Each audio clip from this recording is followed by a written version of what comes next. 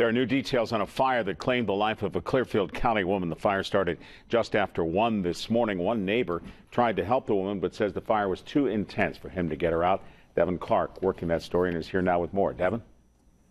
Well, Marty, the coroner says that a 74-year-old woman and her 3 pets died in the house fire on Moose Street in Lawrence Township. A fire so bad that crews had to come twice to the scene to put it out.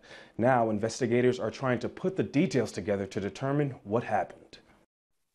This was the scene on Moose Street in Lawrence Township in the early hours of Monday morning as crews worked for hours to put out a house fire that claimed the life of 74-year-old Margaret Vogel and her 3 pets. Next-door neighbors say they did all they could to help. My wife came in and woke me up. She's calling 911. She said there's some flames coming out of the side of the house. My daughter went over first. Now I ran beside her and was trying to kick the door down because smoke was already engulfed into place, and that's when we noticed some flames coming out of the side of the house. That's when Jerry Cassick says crews arrived, but getting to the victim wasn't easy. There was just too much smoke for her to be found right away. I believe the firemen found her on their search after they were able to get masks and respirators and get completely into the house and start battling the blaze. The coroner says Vogel was found near her bedroom doorway. Later, her children came to the scene in disbelief. Now investigators are piecing together what caused it.